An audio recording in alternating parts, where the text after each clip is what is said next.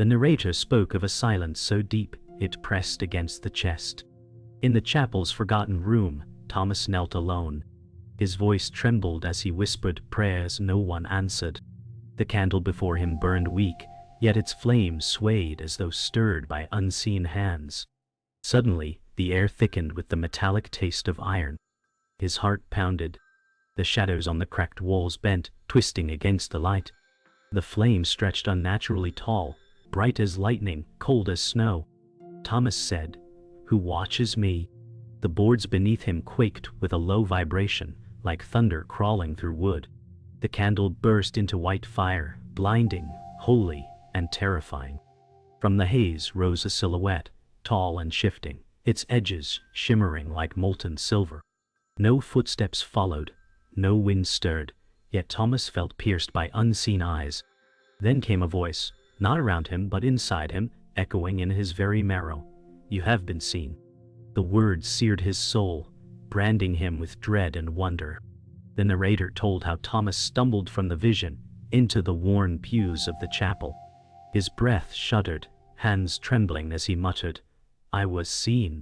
At the far end, Father Gabriel waited, lantern dimly lighting his weathered face. He spoke with quiet gravity, the eyes of heaven pierced deeper than we wish. "You must not run from what has begun." Thomas shook his head, whispering, "It burned me inside." The lantern swayed, casting wide shadows across sacred walls. Father Gabriel stepped closer, placing a steady hand on Thomas's shoulder. The touch grounded him, though the cold memory of the fire clung to his skin. The narrator's voice pressed low. Here, faith was no comfort but a burden yet to be carried. The narrator spoke of sudden tension as Michael, ever skeptical, entered with harsh footsteps. His voice cracked against the silence. "What madness fills this place?" He saw Thomas hunched, Gabriel solemn, and sneered. Visions belong to fevered minds, not truth. Thomas turned, eyes wet with terror, answering, "You didn't feel it, Michael. You didn't hear the words inside your bones." Michael scoffed, but the faint echo of trembling wood unsettled even his rational mind. The narrator warned. Doubt had entered the house, and it would spread like fire through dry timber. The narrator revealed how Rachel lingered at the edge of the pews, her presence hesitant, her eyes heavy with memories. She clutched a rosary too tightly, whispering, "I know the weight of fire in the soul." Her voice cracked, her shame unveiled in fragments. Thomas lifted his eyes toward her, searching for kinship in despair. Gabriel's lantern cast her features half in shadow, half in flame. She said, "The house keeps secrets, and so do I." The words fell like stones in the silence. The narrator murmured, "Her wounds unseen would soon cut deeper into the mystery." The narrator whispered of the silence that stretched as all eyes turned upward. From the rafters above, a draft stirred though no window opened. The beams creaked, shadows pooling unnaturally along the altar. Michael muttered, "The wood remembers something it should not." Rachel's grip on her rosary tightened until her knuckles whitened. Gabriel's voice trembled though steady. "The house has buried secrets, and tonight it begins to unearth them." Thomas shuddered, sensing the same weight pressing from unseen corners.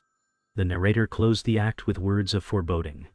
The house of God would no longer keep silent. The narrator spoke of Thomas alone in the pew, his hands gripping the wood as if it could steady his spiraling thoughts. He muttered, "I cannot bear the eyes that looked within me." Father Gabriel stood close, his lantern dim, his voice steady but weary. He said, "Faith is not a shield from fear, but a path through it." Thomas turned, anger flashing in his gaze, answering, "You speak as if the fire does not still burn me." The air hung heavy, and the chapel's silence swallowed every word. Gabriel sighed, confessing softly, "Even I have trembled in the dark, yet I still walk." The narrator revealed how Thomas's burden grew heavier, each word of guidance pressing like stone upon his chest. The narrator told how Michael's voice cut into the tension like steel. He leaned on the doorframe, scoffing, "Faith only blinds you to reason." His words carried the sharpness of a blade. Thomas rose, trembling, insisting what I saw was no dream. Michael's jaw tightened, and he spat. Hallucinations have toppled stronger men than you. Gabriel, weary, raised a hand, saying, Mock what you fear not, but truth will not bend to your reason. For a moment silence pressed in, broken only by the echo of dripping water from the ceiling.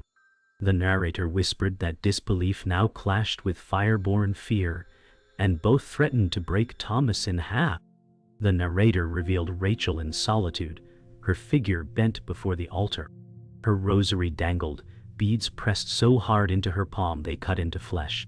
She whispered, I am not forgiven, not yet. Her eyes glistened, but her voice quaked with defiance. The flame above the altar guttered as though stirred by her grief. She remembered past sins, words unspoken, choices unredeemed. Thomas watched from afar, whispering, You too feel its weight.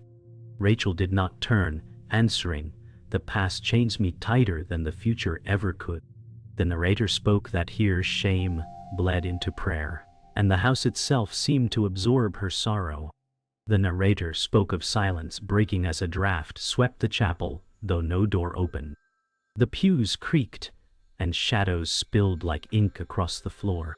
Michael frowned, muttering, Buildings do not breathe, yet this one does. Thomas pressed his hands to his chest, whispering, It stirs again. Gabriel lifted the lantern higher, the flame flickering wild. Rachel clutched her rosary, fear gnawing at her voice as she said, It knows we are here. The rafters groaned, dust drifting downward like falling ash.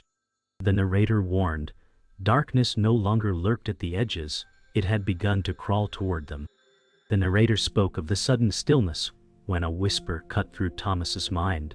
He froze, eyes glazed as a figure appeared in vision, neither fully present nor gone. The divine messenger stood cloaked in soft radiance, speaking words only he could hear. The house remembers. Its bones hide what must be unearthed. Thomas gasped, clutching the pew. Rachel asked, What is it you hear? He answered with trembling lips, A voice not mine. Michael turned away, scoffing but unsettled. Gabriel bowed his head, murmuring, Then the messenger walks among us. The narrator ended the moment heavy. Prophecy had entered the house, and nothing would remain untouched. The narrator spoke of the air tightening as Gabriel and Michael faced one another like old adversaries. Gabriel's voice thundered, Your doubt poisons this house. Michael's eyes narrowed, his tone cutting. Truth does not need shadows and riddles. Reason demands light, not superstition. The pews echoed the clash of conviction and disbelief. Thomas sat silent, caught between the words, his chest burning with remembered fire. Rachel turned away, whispering, Division will undo us. The narrator revealed the truth. The house trembled not from spirits alone, but from the strife of those who stood within its walls. The narrator told how Thomas broke beneath the weight of fire's memory. His knees struck the cold floor as he cried, I am marked and cannot escape. His words cracked the silence, raw with terror. Gabriel bent low, whispering, What is burned can still be made holy. Michael shook his head, muttering, He crumbles beneath illusions. Rachel stepped closer, her voice trembling, I know his pain. The candle flames guttered, smoke twisting like fingers reaching upward. The narrator warned. Despair had dug its claws deep into Thomas, and only truth or ruin would follow. The narrator revealed Rachel at the altar, trembling as she pressed her forehead against the cold wood. Her voice quivered, Forgive me, for I have chained myself to shame. Her tears fell like offerings none would claim. Thomas whispered from behind, We are both haunted. She answered, But forgiveness will not stay my wounds. Gabriel stood silent, head bowed, knowing grace required more than words. Michael shifted uneasily, though his lips stayed closed. The narrator spoke of how guilt became its own prayer, a weight pressing against the very stones of the house. The narrator spoke of the air thickening as a presence stirred within the chapel's bones. The shadows deepened until they pooled across the floor like liquid night. Thomas gasped, It comes! Michael's bravado faltered, his eyes darting. Rachel whispered, "I feel its breath." Gabriel raised his lantern, voice steady. "Darkness feeds on fear, yet fear is not truth." The rafters groaned, and the floorboards shuddered as if under a heavy tread. The narrator warned that the antagonist had drawn near, not yet seen but heavy enough to suffocate all hearts within the room. The narrator revealed how the group gathered around a single candle on the altar. Its flame danced violently, though no draft stirred. Thomas whispered, "It speaks still." Rachel's hands shook, her beads slipping through trembling fingers. Michael muttered, "Fire tricks the eye, nothing more." Yet his voice lacked its old certainty. Gabriel's eyes glistened as he said, "The house carries memory, and memory bleeds into light." The flames suddenly flared, casting long, twisting shadows that reached like arms across the walls. The narrator ended the act with dread. Revelation had come by fire, and it would not be gentle. The narrator spoke of silence breaking as the air shimmered with pale light. The lantern dimmed, and the group froze as a radiant figure emerged near the altar. Thomas fell back, whispering, "It returns." Gabriel bowed his head, murmuring, "The messenger walks." Rachel clutched her rosary tight, tears filling her eyes as she gasped, "It sees us." Michael staggered a step, his disbelief cracking as he muttered, "No trick explains this." The figure spoke without sound, its presence filling every heart. Truth lies in what is hidden. The narrator revealed that awe pressed down on them heavier than fear itself. The narrator revealed Thomas staggering forward as the messenger's light poured over him. His mind split open with memory, long buried. He gasped, "No, not that night." His voice cracked as shame pulled him down like chains. Gabriel whispered, "What burden do you carry, son?" Thomas pressed his hands against his head, muttering, "I left them. I ran when they needed me." Rachel stepped closer, sorrow echoing in her eyes. Michael frowned, unsure whether to pity or scorn. The messenger's glow pulsed as though confirming his guilt. The narrator warned, truth unearthed would sear more deeply than flame. The narrator spoke of Gabriel's lantern dimming as his shoulders slumped. His voice cracked, confessing, "Even I once doubted the silence of heaven." Thomas lifted his eyes, startled by the honesty. Rachel whispered, "You too?" Michael sneered softly, "Even your shepherd falters." Yet Gabriel pressed on, "Faith is not absence of doubt, it is walking despite it." His confession settled over them like unexpected warmth. The messenger's glow steadied, brighter for his words. The narrator revealed that even the steadfast bore fractures, and only by naming them could light break through the dark. The narrator told how Michael stiffened as the messenger's light reached him. His breath caught as visions filled his mind, doors slamming, voices crying, shadows stretching. He shouted, "Stop!" His fists clenched, eyes wide as reason faltered. Rachel whispered, "Now you see." Michael's voice broke. This cannot be real, yet his body betrayed him, trembling. Gabriel said, "Even the skeptic must face what lies within." Thomas whispered, "It touched him too." The narrator revealed, the walls between belief and denial had shattered, leaving Michael bare before the house. The narrator revealed how the floor groaned beneath their feet. A low rumble echoed through the chapel as dust rained from the rafters. Thomas whispered, "The house hides more." The messenger turned, light falling upon the altar wall where cracks split stone from foundation. Gabriel lifted his lantern toward the fissure. Rachel gasped, "A chamber beneath us." Michael swallowed hard, voice strained. This place was never meant to be opened. The crack widened with each tremor, the ground quivering as if beckoning them below. The narrator ended with foreboding. The house had chosen to reveal its buried heart. The narrator spoke of how the earth groaned beneath their feet, the chapel trembling as if awakening from a deep slumber. The crack widened in the altar wall, a dark void beneath, swallowing the light. Gabriel took a step forward, raising the lantern high, but the shadows beneath him stretched unnaturally. "The house stirs," he whispered, voice laced with both awe and fear. Thomas gripped his chest, a sharp pang of dread piercing him. "It's calling us," he said. Michael shook his head, eyes wide with disbelief, yet his voice faltered. I can't follow." But Rachel stepped forward, her voice a quiet whisper. "We must, or it will claim us all." The narrator warned that the darkness was not external but within, and to face it, they would have to descend together. The narrator revealed the heavy silence as they all stood at the threshold of the darkened opening in the chapel. The walls seemed to close in, and the air thickened with the weight of unspoken truths. "This is no path of salvation," Michael muttered, the doubt in his voice now laced with fear. Thomas took a deep breath, but his voice was tight. "We cannot go back."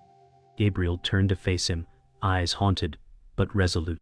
"Sometimes, the only way out is through," he said softly. Rachel glanced over at Thomas, then at Michael, before stepping into the darkness, her voice barely audible. "If not us, then who?" The narrator spoke of how the chapel's dark heart would not give up its secrets easily, and they would have to face the shadows within themselves to survive. The narrator spoke of the oppressive weight of the dark passage beneath the altar, where time itself seemed to stand still. Their footsteps echoed in the silence as they descended into the unknown. "I should have listened," Michael muttered under his breath. "What is this place?" His voice cracked. Gabriel's voice, usually steady, trembled as he answered, "A place where truth cannot be hidden."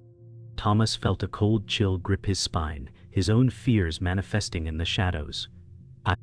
Rachel reached out to him, her touch grounding him, but her eyes were clouded with dread. "Whatever lies ahead, we face it," she said. The narrator warned. The darkness was a reflection of their souls, and it would show them not just the house's secrets, but their own. The narrator spoke of how the walls seemed to pulse with dark energy as they descended deeper. A chill swept through them, and the very air felt alive with malevolent intent. "It wants us to turn back," Michael hissed, his voice strained. Thomas froze, hearing the same whisper in his mind. "Leave now, and it will not be worse." Rachel turned to him, her face set with resolve. "We cannot run." Gabriel spoke softly. "We have no choice but to face what is here." As they descended into the heart of the house, the darkness seemed to breathe with them, each step echoing the unspoken fears of the group. The narrator warned. The darkness was not merely around them, but had woven itself into their souls. The narrator spoke of the moment when the darkness fully consumed them. Their lantern flickered once more, casting fleeting shadows over the walls. Then the figure appeared, shadowy and distorted. "I have come for you," it said, its voice a hollow echo, its form ever shifting. Thomas stepped back. "What is this?" His voice cracked with fear. Michael shouted, "This is madness." Gabriel stood firm, his voice steady as he responded, "This is the reckoning." Rachel stepped forward, her hand extended. "We face this, or we are lost." The narrator spoke of the figure as a harbinger of their inner turmoil, a reflection of their deepest fears. What came next would test them all. The narrator spoke of the final moment when the darkness consumed them fully. The figure before them was no longer a whisper, but a presence so heavy that the air pressed down on their lungs. Michael trembled, his voice barely a whisper. "This is no place for us." Thomas, face pale, eyes wide, said, "It knows us. It knows what we've done." Gabriel stood firm, his voice steady as he spoke, "Then let it see what we can become." The shadow writhed, its form shifting, distorting as though struggling to take a definite shape. Rachel stepped forward, her hand outstretched, her voice clear. "We are not afraid of you." The narrator revealed that in this moment of absolute darkness, they would face the truth of themselves, and only then would they find their way forward. The narrator spoke of how the figure, now fully formed, hovered in the darkness, its voice a rumble deep within their souls. "You cannot hide from yourselves," it intoned. Gabriel stepped forward, his lantern casting long shadows, his voice calm but commanding. "We face our truths, not our fears." Thomas clenched his fists, a fire igniting within him. "I ran once, but not again," he declared, his voice rising with newfound strength. Michael, still trembling, said, "But we're not prepared for this." Rachel turned to him, her voice unwavering. "We are, It has always been within us. The shadow reached out, its form flickering as it tried to envelop them, but the light from Gabriel's lantern burned fiercely. The narrator warned, to survive this test, they would have to face themselves without fear. The narrator revealed how the air grew thick, and the shadows pressed in from all sides. "It is us, isn't it?" Thomas whispered, realization dawning. "This darkness is us." Gabriel nodded slowly, his voice steady as he spoke. "Yes, it is. The fears, the regrets, the doubts, all we've buried." Rachel looked at him, her eyes filled with both sorrow and understanding. "And now we must face them." Michael's voice cracked, his usual confidence shattered. "How can we defeat what is part of us?" he asked. Gabriel looked at him and said, "By accepting it, embracing it, and letting it go." The shadow seemed to recoil at these words, its form flickering in turmoil. The narrator spoke softly. In this moment, they would either succumb to the darkness or break free by acknowledging their truth. The narrator spoke of the breaking point, the moment when the group could no longer stand apart. Gabriel stepped forward into the heart of the darkness, the lantern held high as if to challenge the shadow. "I choose light, I choose truth," he declared. The shadow roared, its form growing even more unstable, but it did not retreat. Thomas stepped forward, his voice shaking but determined. "I choose forgiveness, even for myself." Michael's voice trembled, but he finally spoke, "And I choose faith." Rachel's voice was the calmest of all. "I choose peace." As they spoke, the darkness recoiled, flickering and fading in the light. The narrator revealed that their unity was their strength, and it was this choice that would either save or destroy them. The narrator spoke of the final battle, the spiritual test that would determine their fate. The shadow, once a terrifying force, now seemed to melt away, its form dissolving into thin air as the light grew ever brighter. Thomas, shaking, whispered, "Is it over?" Gabriel, with a soft sigh, said, "No, it's never truly over, but we've won this battle." Rachel stood quietly, her hand resting gently on Thomas's shoulder. "The house will remember," she said, "but we will move on." Michael, looking shaken but resolute, nodded. "We've faced the darkness, and it no longer has hold of us." The narrator spoke softly. The light had not erased the past, but it had broken its power over them. The narrator spoke of the stillness after the battle, where the chapel's silence now felt like peace, as though the very walls had exhaled. The light from Gabriel's lantern no longer flickered but burned steadily, a steady flame in the dark. Thomas, standing with his hand over his heart, whispered, "It's gone." Gabriel nodded slowly, his voice soft but firm. "For now, yes. But remember, the light is not permanent unless we choose to keep it alive." Rachel, standing beside Thomas, placed a hand on his shoulder, her voice calm. "It was always within us, the strength to rise above." Michael, standing apart, looked around, a sense of quiet awe replacing his earlier disbelief. "Perhaps we've won," he said, unsure yet accepting. The narrator revealed that redemption was not an end, but a constant, a choice renewed with each breath. The narrator spoke of the air clearing, the heavy weight lifted as they stood together in the restored peace. Gabriel turned to Thomas, his voice warm but wise. "You are no longer the man you once were." Thomas's eyes met his, a trace of sadness lingering. "I still carry it. The guilt," he whispered. Rachel, with a gentle smile, added, "But you no longer let it define you." Michael stepped forward, his voice still uncertain. "I never believed it could be so simple." Gabriel's gaze softened as he replied, "It is simple, but it's also the hardest truth to accept." The narrator revealed that for Thomas, the path to redemption had never been about erasing the past, but learning to live with it. The narrator spoke of how Rachel's eyes softened as she stepped closer to the altar. "Forgiveness," she said softly, "is not for the one who has wronged you. It is for you to let go." Thomas followed her gaze, looking at the altar, now bathed in sunlight. He whispered, "And what if I can't forgive myself?" Rachel answered, "Then you will carry the weight of it forever, and it will grow heavier." Gabriel, hearing her words, nodded. "Forgiveness is not a gift to the past, it is a gift to your future." Michael, still processing, finally said, "I think I understand." The narrator revealed that only by releasing their burdens could they begin anew, as their past would no longer chain them to the darkness. The narrator spoke of how Michael, for the first time, stepped fully into the light. "I have always doubted," he said, voice heavy with regret.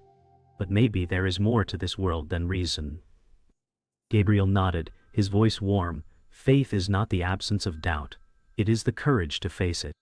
Michael stood still, taking in the truth. "And now?" he asked. "Now, we move forward," Gabriel replied. Rachel placed a hand on his arm. "We walk together," she said, her voice full of strength. The narrator spoke quietly. The battle had been won, not just with light, but with the decision to embrace what was uncertain. The narrator spoke of the final moment, when the house had been cleansed of its darkness. The light from Gabriel's lantern now burned steady and pure. "We have come full circle," Gabriel said, his voice calm. "The light will always return, but it is up to us to protect it." Thomas, now standing with newfound strength, nodded. "I understand. We carry the light within us." Rachel smiled softly, "And we share it with others." Michael stood still, the weight of the past finally lifting. "It's a journey, not a destination," he said quietly. The narrator ended with the quiet truth. Redemption had been found, not by fleeing from the past, but by embracing it with courage and love.